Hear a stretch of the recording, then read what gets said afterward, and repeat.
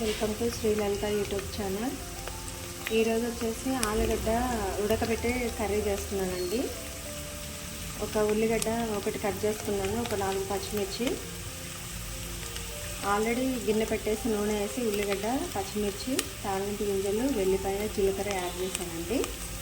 1 KG ఆలుగడ్డలు ఉడకబెట్టి cut చేసుకున్నానండి.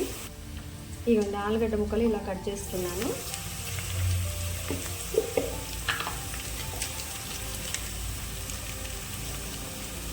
కొంచెం పసుపు యాడ్ చేసుకున్నానండి. కొద్దిగా తాలింపు గింజలు ఎక్కువ వేసుకున్నాను.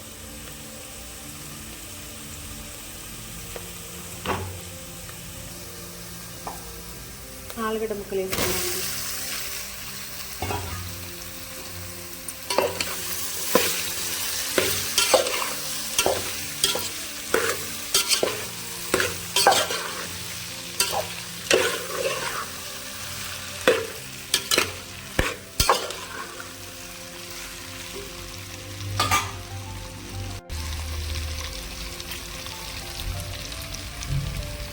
కొంచెం అల్లం వెల్లుల్లి పేస్ట్ అండి, కొంచెం వేసుకున్నాం. కర్రీ ఇలా వచ్చిందండి. సాల్ట్ యాడ్ చేసుకున్నాం.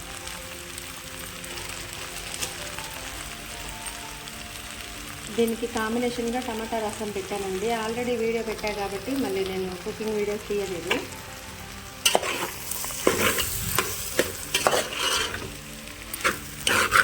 దీంట్లో టమాటా యాడ్ చేయలేదండి.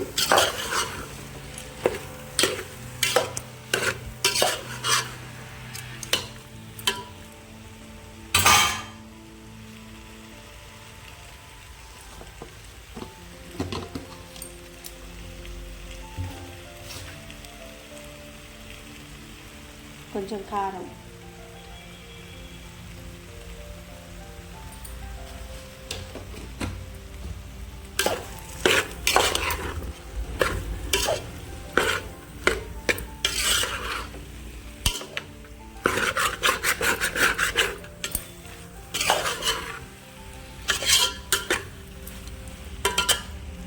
ఒక 2 నిమిషాలు సిమ్లోనే మగ్గనిద్దామండి కర్రీ.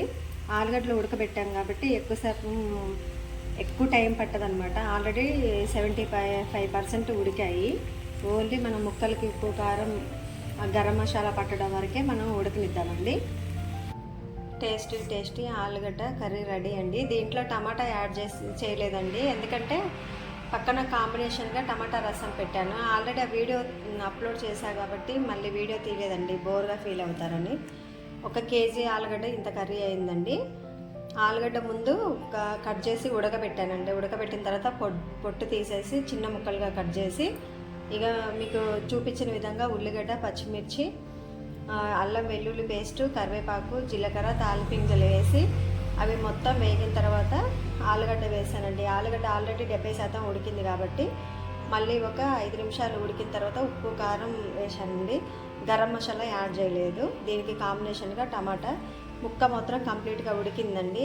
దీనికి ఇష్టమైతే మీరు టమాటా వేసుకోవచ్చు, గరం మసాలా వేసుకోవచ్చు. కానీ నేను ఆల్రెడీ టమాటా చారు పెట్టా కాబట్టి దీంట్లో టమాటా యాడ్ చేయలేదండి. మా శ్రీలలిత యూట్యూబ్ ఛానల్ వీడియోస్ చూడండి, సపోర్ట్ చేయండి. మా ఛానల్ సబ్స్క్రైబ్ చేసుకోకపోతే చేసుకోండి. Thanks for watching.